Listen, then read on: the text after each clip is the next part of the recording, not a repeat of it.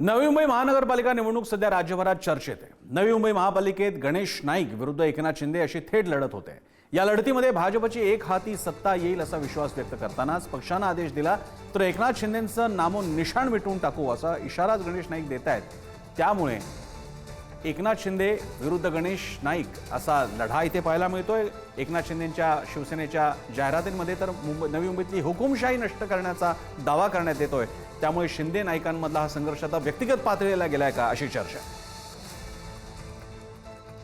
सध्या राज्यभरामध्ये महानगरपालिकांच्या निवडणुकांची रणधुमाळी सुरू आहे। विशेषतः नवी मुंबई महानगरपालिका संपूर्ण राज्यामध्ये चर्चेचा विषय ठरते। कारण काय आहे तर मंत्री गणेश नाईक, वनमंत्री गणेश नाईक आणि उपमुख्यमंत्री एकनाथ शिंदे यांच्यामध्ये जे काही शाब्दिक वैचारिक जे काही वाद सुरू आहेत ते सगळे कारण आहे। आपल्यासोबत बोलण्यासाठी वनमंत्री गणेश नाईक जी आहेत। आपण आधी तर स्वागत तुमचं पुढारी न्यूज मध्ये। नमस्ते। सुरुवात आपण इथून करूया। आता एक 5 दिवस उरले 3 महिने, काय तुम्हाला चित्र दिसतंय नवी मुंबईतलं, काय विश्वास? नवी मुंबईची सुजाण जनता, स्वाभिमानी जनता 1995 सालापासून ज्या पक्षात मी गेलो त्या पक्षाला घवघवीत यश मिळालं। 95ला मी शिवसेनेमध्ये बाळासाहेब ठाकरेंनी जबाबदारी माझ्याकडे सोपवली। 57 पैकी मी 34 नगरसेवक निवडून आणले। 2000 साली आम्ही शिवसेनेत काय आमचे तात्विक मतभेद झाले आणि आम्ही शरद पवार साहेबांच्या राष्ट्रवादीत गेलो। 2000, 2005, 2010, 2015 अशी सलग 20 वर्ष नवी मुंबईच्या सुजाण जनतेनं माझ्या नेतृत्वाखाली राष्ट्रवादी काँग्रेस शरद पवार साहेबांच्या त्यांना यश दिलं। आता आम्ही भाजपमध्ये आलो।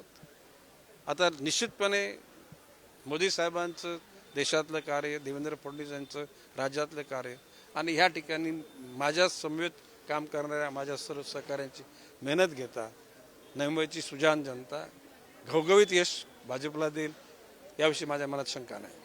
तुम्ही ज्या 20 वर्ष तुम्ही म्हणताय की सत्तेत होतात, तुम्ही म्हणताय जनतेनं प्रेम दिलं, आशीर्वाद दिलं, त्यालाच हुकुमशाही म्हटलं जाते। नवी मुंबईमध्ये बॅनर लागलेत यावेळी हुकुमशाही नष्ट होईल, हुकुमशाही यावेळी निघून जाईल। मी उलट आपल्या माध्यमातून त्यांना प्रश्न विचारतोय की जर का हुकुमशाही असती, गुंडाशाही असती तर नवी मुंबईच्या जनतेनं 25 वर्ष गणेश नाईकच्या नेतृत्वावर प्रेम आणि इतक्या मोठ्या प्रमाणामध्ये लोकांना चाकू, सुरे, भाले, बर्चा पैसा देऊन नाही गोष्टी घडल्या, हे प्रेमाने गोष्टी घडल्या।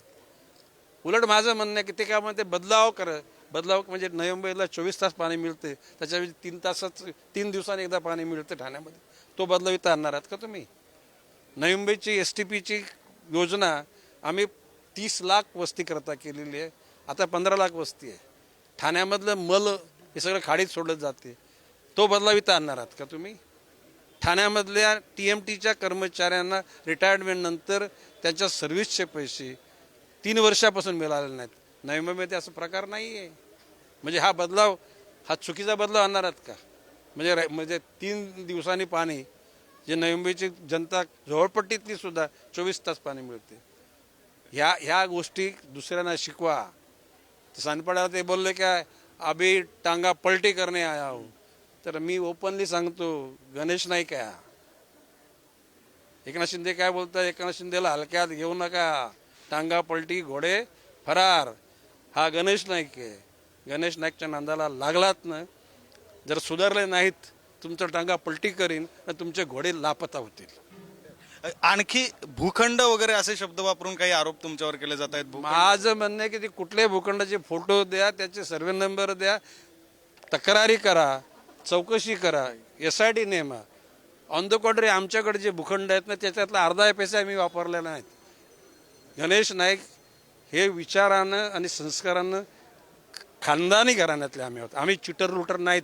आम्ही गोरगरिबांच्या जीवनामध्ये अंधार किंवा धोके निर्माण केलेले नाहीत।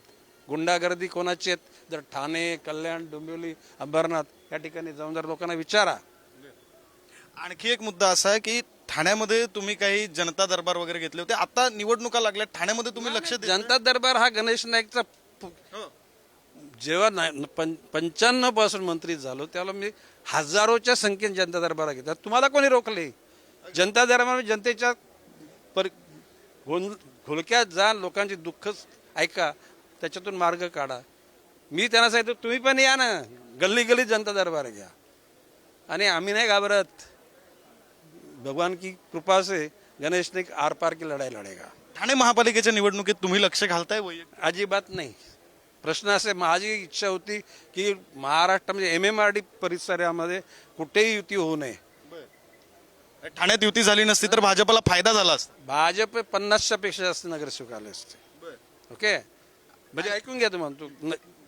हे म्हणतात का किल्ला आमचा किल्ला, हे तुमच्या पत्रकारांनी तो किल्ला तुम्ही किल्ल्याचा तुम्ही निर्माण केलंय.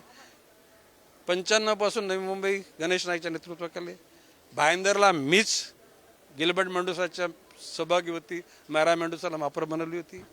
पुंडलिक म्हात्रे ज्या कल्याण डोंबिवलीमध्ये जनसंघाच्या शिवाय कुठल्याही पक्षाचा नगराध्यक्ष झाला नव्हता, त्या ठिकाणी पुंडलिक म्हात्रेला मी महापौर बनवला. ज्योती कलानी उल्हासनगरची महापौर होतीच. नजीब मुल्ला त्याला सुद्धा महापौर बनवण्याची भूमिका मी घेतली. 2 मतं उलटी पलटी झाली आणि नजीब मुल्लाचे नशीब त्याला अंधारात गेले. संजू नाईक खासदार 2009 साली झाला. जिल्हा परिषद ठाण्याची राष्ट्रवादीकडे, जिल्हा सहकारी बँक राष्ट्रवादीकडे, मजूर फेडरेशन राष्ट्रवादीकडे. मग तुमचं काय, तुमचा किल्ला तुमच्या नावावर दिला का 7-12? जर का भारतीय जनता पक्षाने गणेश नाईकला अलाव केलं ना, त्यांचा नामनिशान साफ करून टाकेल. आता तुम्ही इतकं थेटपणे बोलताय, म्हणजे तेही बोलतायत पण ते त्यांच्या पक्षाचे प्रमुख आहे. तुम्ही इतकं थेटपणे बोलताय, पक्षातून तुम्हाला काही सांगितलं गेलंय? हे माझं मत बोलतो मी, पक्षाचा याच्याशी संबंध नाही. पक्षाने जर मला ऑथराईज केलं तर यांचा टांगा पण जाईल ना घोडे पण जातील. शेवटचा प्रश्न, नवी मुंबईमध्ये काय चित्र असेल? नवी मुंबईमध्ये महापौर भाजपचा होईल. एक हाती सत्ता.